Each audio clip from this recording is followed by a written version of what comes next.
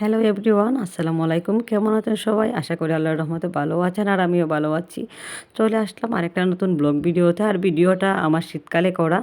যেহেতু শীতকালে করা তাই অনেক সবজি এখানে হয়েছিল। আর আমি যেহেতু আমার শ্বশুরবাড়ি চলে আসবো তাই আবার মা এখানে আমাকে নিয়ে আসছিলেন। তো এখানে অনেক সবজি করা হয়েছে এগুলো দেওয়ার জন্য। আর সামনে যে রাস্তাটা দেখতে পাচ্ছেন এটা আমার অনেক পরিচিত রাস্তা। কারণ এই রাস্তা দিয়েই আমি মসজিদে যেতাম। আর এই মসজিদের পুকুরটার মধ্যে কত উজু করলাম কোরআন শরীফ পড়ার জন্য। খুব ভোরে উঠেই মসজিদে যেতাম। একটু দেরি হলে মা বাবা অনেক ডেকে তুলতেন, উঠো মসজিদে যেতে হবে, মসজিদে যেতে হবে। তো ওদের ডাকে আমরা অনেক ভোরেই উঠে মসজিদে চলে যেতাম। এই রাস্তাটা আজ অনেক অপরিচিত হয়ে গেছে। হাইটে নিয়তি এটাই হয়তো মেয়েদের নিয়ম, এক জায়গা ছেড়ে অন্য জায়গায় যেতে হয়। লাগিয়েছিলেন যেহেতু এটা শীতকালের ভিডিও করা। তো আর এদিকে করা হয়েছে কিছু টমেটো গাছ, আর এদিকে করা হয়েছে কিছু লাই শাক বলে। তো আমার মা আমার লাই শাকগুলা তুলে দিচ্ছিলেন, যেহেতু আমি চলে আসবো যাতে আমি খেতে পারি। মায়ের মন বুঝে না, তো তুলে দিচ্ছিলেন। আর এদিকে অনেক কিছু করা হয়েছিল। আর আমার মা কিন্তু অনেক পরিশ্রমী একটা মানুষ। এই বয়সেও বসে থাকে না, কাজকর্ম করতে চায়। আমরা না করলেও শুনে না, সবসময়ই এই টুকিটাকি করতেই থাকে। আর এদিকে হচ্ছে ডাঁটা, ডুগি যেটাকে বলি আমরা, করা হয়েছিল। পাতাগুলো নষ্ট হয়ে গেছে অবশ্য।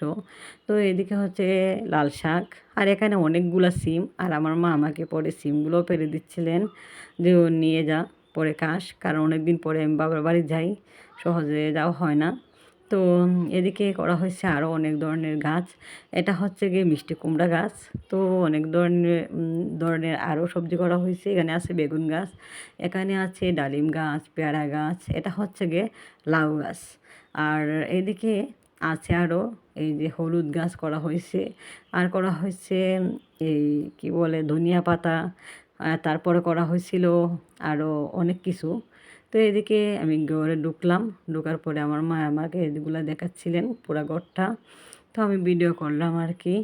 তো ওই যে এদিকে ছিল বাথরুমটা, তো আমি বাথরুমটা ক্যামেরা করলাম না। তবুও যদিও এটা নতুন, তবু আমি করলাম না।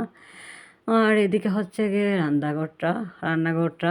তো রান্নাঘরটা অনেক ছোটো হলে কি হবে, ডেকোরেশনটা সেই হয়েছিল একদম চমৎকার, অনেক সুন্দর করে করা। এই যে দেখতে পাচ্ছেন, মানে এত কিউট, না দেখলে বোঝা যাবে না। ছোট্ট, এত ছোটো কিন্তু অনেক সুন্দর করে গুছানো।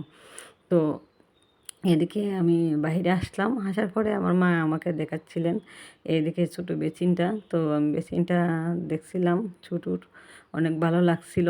আর অনেক সুন্দর পানি আসে এই কলটাতে। যেহেতু এখানে ভাড়া দেওয়া হতে পারে আবার নাও হতে পারে, আর আমরা এখানে থাকি না, কারণ আমরা যে বাড়িটা আছি এটাই আমাদের জন্য যথেষ্ট। তো সবাই ভালো থাকবেন। আসসালাম।